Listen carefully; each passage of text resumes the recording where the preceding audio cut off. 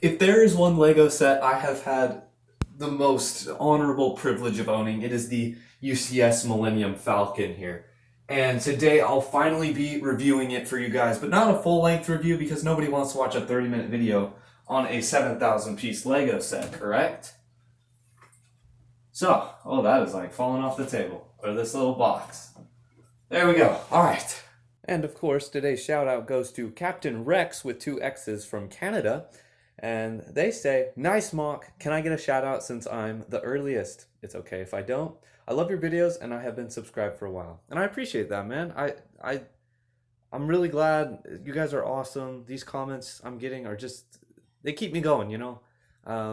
But if you guys want to comment, make sure you're subscribed and leave a comment. It could be a question, a fact, maybe you have the UCS Falcon, I don't know.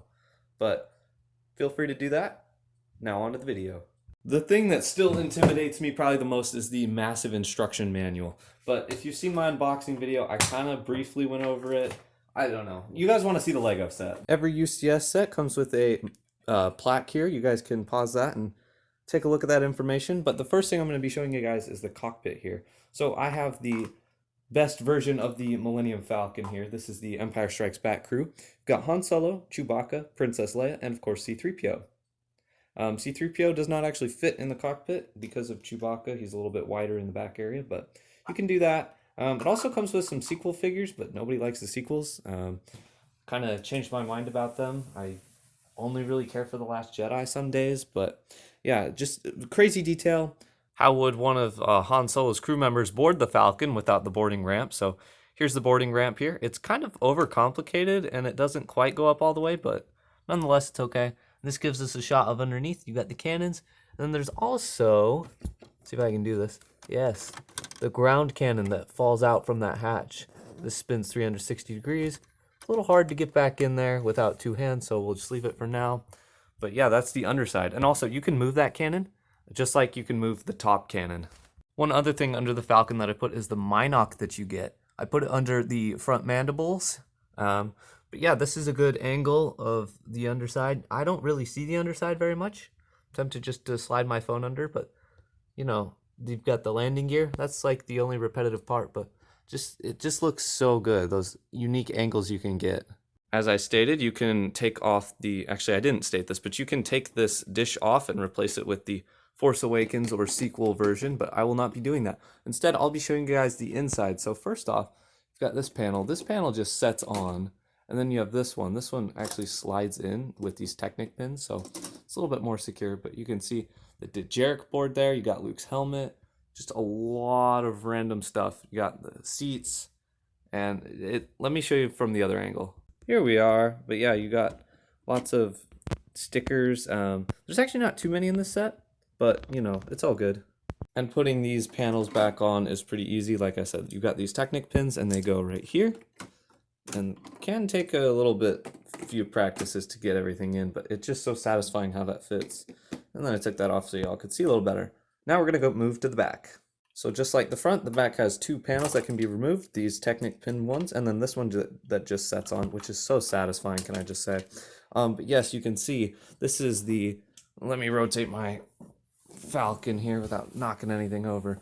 There we go. So we've got the little thing where you could put a minifigure, I guess. It's kind of disappointing. Wow, my hand cannot fit in there very well. Let's see if I can get this off.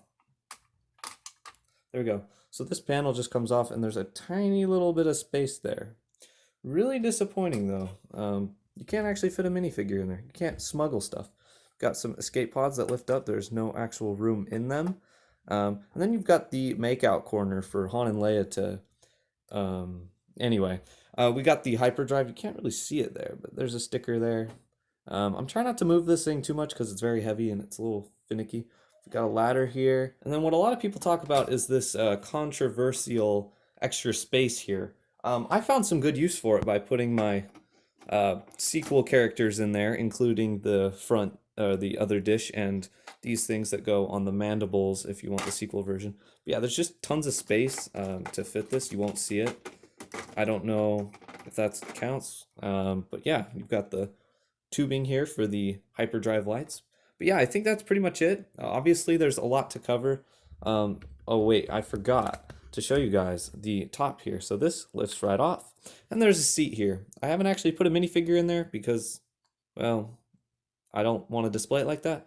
But this is super cool. It's got a rotating cannon. It's pretty much available to go any direction. Crazy techniques as well. And then there's the little window for your gunner to see out of, and that just slides right in. But there's a lot of surfaces that do not actually, what's the word, stay in. They're not fixed in place. So if you're moving this thing around, just be super careful. You saw me move it right at the start of the video, and that is how I film. I film every video on my dresser except this one, so I have to move my Falcon every time. So let's put this thing back together.